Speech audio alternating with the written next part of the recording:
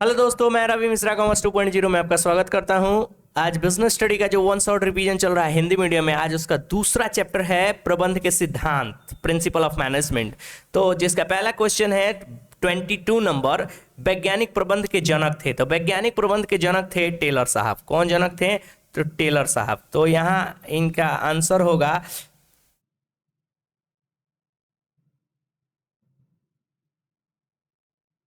वैज्ञानिक प्रबंध के जनक थे टेलर साहब। वैज्ञानिक प्रबंध में उत्पादन होता है अधिकतम। वैज्ञानिक प्रबंध में उत्पादन अधिकतम होता है। ध्यान देंगे, वैज्ञानिक प्रबंध में उत्पादन क्या होता है? अधिकतम होता है। इसीलिए टेक्निक लाया गया है कि उत्पादन अधिकतम होगा। अगला क्वेश्चन कह रहा है 24 नंबर, वैज्ञानिक प्रबंध से श्रमिकों के कार्य के घंटों में होती है कमी होती है। श्रमिकों के कार्य के घंटों में वैज्ञानिक प्रबंध के माध्यम से श्रमिक माने मजदूर जो होते हैं उनके घंटों में, उनके कार्य करने के घंटों में क्या आती है? कमी आती है। अगला क्वेश्चन कह रहा है 25 नंबर, वैज्ञानिक प्रबंध के जन्मदाता कौन थे? तो वैज्ञानिक प्रबंध के जन्मदाता थे एफ.डब्ल्यू. टेलर। एफ.डब्ल्यू. टेलर थे। अगला क्वेश्चन कह रहा है, देखें जरा, हेनरी फ्योल के प्रबंध के सिद्धांत है। हेनरी फ्योल का 14 सिद्धांत है। POSTC नहीं है तो DAD USSROIC ये प्रिंसिपल हम लोगों ने पढ़ा था। हेनरी फ्योल का 14 प्रिंसिपल है। अगला क्वेश्चन कह रहा है कि हेनरी फ्योल का जन्म हुआ था फ्रांस में। हेनरी फ्योल का जन्म हुआ था कहाँ पे? फ्रांस में। अगला क्वेश्चन कह रहा है प्रशासनिक प्रबंध के प्रस्तुत करता थे। तो साइंटिफिक मैनेजमेंट के प्रस्तुत करता थे टेलर साहब और प्रशासनिक प्रबंध के प्रस्तुत करता थे फ्योल साहब। अगला क्वेश्चन है प्रबंध के सिद्धांत है सार्वभौमिक, ऑप्शन नंबर बी लचीले, ऑप्शन नंबर डी व्यवहारिक, ऑप्शन नंबर सी संपूर्ण। तो प्रबंध के सिद्धांत है संपूर्ण। अगला क्वेश्चन है, देखें जरा, एक कार्य के निष्पादन के लिए प्रबंध को सर्वोत्तम रास्ता ढूंढना चाहिए। वैज्ञानिक प्रबंध का कौन सा सिद्धांत इस पंक्ति की व्याख्या करता है? थोड़ा सा इसको बड़ा कर लेते हैं, थोड़ा सा इसको बड़ा कर लेते हैं। देखे जरा,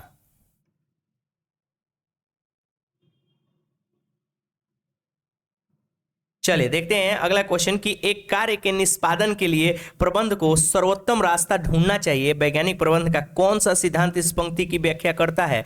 सार्वभौमिक, ऑप्शन नंबर बी लचीले, ऑप्शन नंबर सी संपूर्ण एंड ऑप्शन नंबर डी व्यवहारिक। तो व्यवहारिक, option D is the right answer. Option D is the right answer. अगला क्वेश्चन कह रहा है वैज्ञानिक प्रबंध का मूलाधार डैश डैश है। मानसिक क्रांति, option number B, option number B पारिश्रमिक, ऑप्शन नंबर सी मानसिक क्रांति नहीं, ऑप्शन नंबर डी उपयुक्त सभी। तो कह रहा है वैज्ञानिक प्रबंध का मूलाधार है, वैज्ञानिक प्रबंध का मूलाधार है कौन?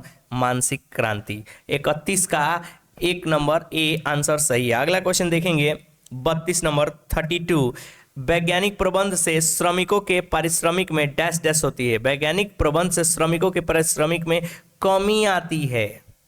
पारिश्रमिक कम होता है, मतलब कि कम आवर में कम एफर्ट में ज्यादा प्रोडक्शन होता है वैज्ञानिक प्रबंध से। आगे अगला क्वेश्चन कह रहा है 33, वैज्ञानिक प्रबंध स्वामियों के डैश डैश है, स्वामियों के पक्ष में है। वैज्ञानिक प्रबंध स्वामियों के पक्ष में है, विपक्ष में नहीं है, दोनों के पक्ष में नहीं है, सहायक नहीं है, पर वैज्ञानिक प्रबंध स्वामियों के पक्ष में है।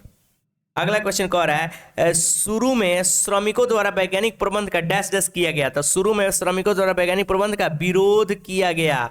अगला क्वेश्चन है मानसिक कार्य से डैश डैश है। मानसिक कार्य से डैश डैश है उत्पादन, ऑप्शन नंबर बी प्रबंध, ऑप्शन नंबर सी विपणन एंड ऑप्शन नंबर डी इनमें से कोई नहीं।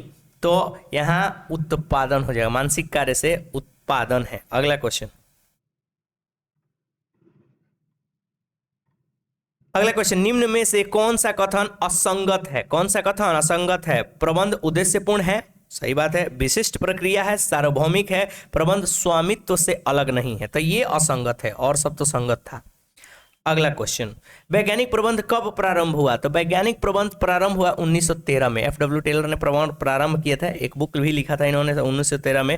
वैज्ञानिक प्रबंध कब प्रारंभ हुआ? 1913 में। अगला क्वेश्चन कह रहा है वैज्ञानिक प्रबंध से श्रमिकों को होता है, वैज्ञानिक प्रबंध से श्रमिकों को होता है लाभ, श्रमिकों को लाभ होता है, जबकि स्टार्टिंग में वैज्ञानिक प्रबंध का श्रमिक ने क्या किया था?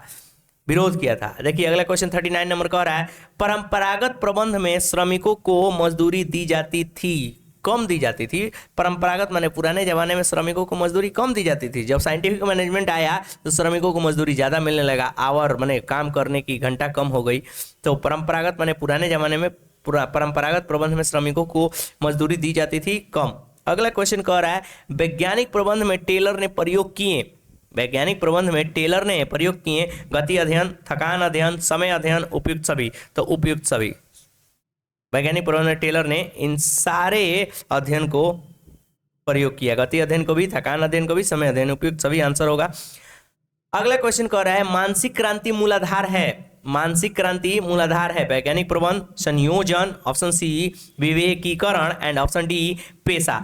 तो ऑप्शन ए वैज्ञानिक प्रबंध, मानसिक क्रांति किसका मूलाधार है? वैज्ञानिक प्रबंध का। अगला क्वेश्चन कह रहा है 42 प्रबंध के सिद्धांतों की रचना किस प्रकार की जाती है? प्रबंध के सिद्धांतों की रचना किस प्रकार की जाती है? प्रयोगशाला में, प्रबंधकों के अनुभव द्वारा, ग्राहकों के अनुभव द्वारा, समाज, ऑप्शन डी समाज वैज्ञानिकों के द्वारा। तो प्रबंधकों के अनुभव द्वारा प्रबंध के सिद्धांतों की रचना की जाती है। प्रबंधक क्या करते हैं, बहुत एक्सपीरियंस होते हैं, कई सालों तक एक संस्था में काम करते हैं, तरह तरह की चीज़ों सीखते हैं, उसके एक्सपेरिमेंट पर क्या करते हैं, प्रबंध के सिद्धांत क्रिएट करते हैं एक तरह से कहें तो। अगला क्वेश्चन कह रहा है निम्न में से कौन सा प्रबंध के सिद्धांत का महत्व नहीं है? प्रबंध के सिद्धांत का महत्व नहीं है। कार्यकुशलता में वृद्धि, ऑप्शन नंबर बी पहल क्षमता, ऑप्शन नंबर सी संसाधनों का अधिकतम उपयोग, ऑप्शन नंबर डी परिवर्तित तकनीकी को अपनाना। तो यहाँ आंसर होगा कार्यकुशलता में वृद्धि। कह रहा है निम्न में से कौन सा प्रबंध के सिद्धांत का महत्व नहीं है? कार्यकुशलता में वृद्धि। अगला क्वेश्चन, हेनरी फ्योल था एक खनन इंजीनियर था, हेनरी फ्योल एक खनन इंजीनियर था। अगला क्वेश्चन कह रहा है निम्न में से कौन सा टेलर का प्रबंध का सिद्धांत नहीं है?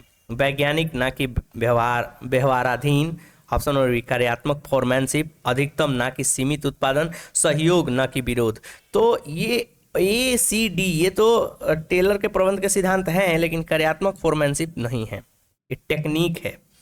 अगला क्वेश्चन कह रहा है